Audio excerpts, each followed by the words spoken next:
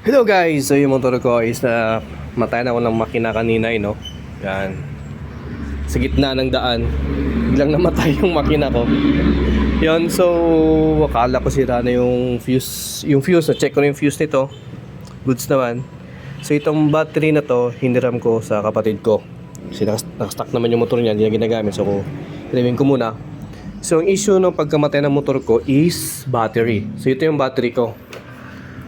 Nilipat ko muna sa kanya.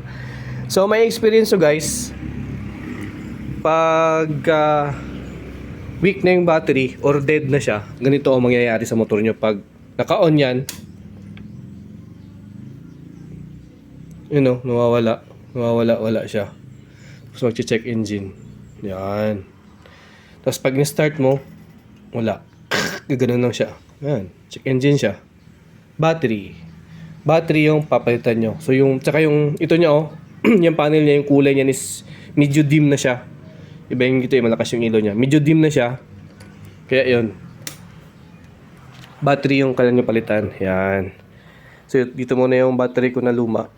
Hindi pa naman to ginagamit. Alamin ko muna yung battery niya. So yung battery niya is okay na. Yan. Nakabit ko na. And then na-try ko na din. Try natin on. So pag on mo, yun. Lakas na siya. One click. Kanina ayaw mag-start ng starter. Ayaw lahat. Akala ko fuse. May pumitik yung fuse. So tinulak ko naman kanina pag pauwi. Tinulak ko siya pauwi. Okay naman. Kaya yun, sabi ko baka battery. Kaya pag uwi sa bahay, check ko. Swap ng battery. Okay naman. Goods working naman siya. So yun. Battery nga ang issue. So yun guys. Pag gumanon yung motor nyo, nag-blink yung dashboard niya.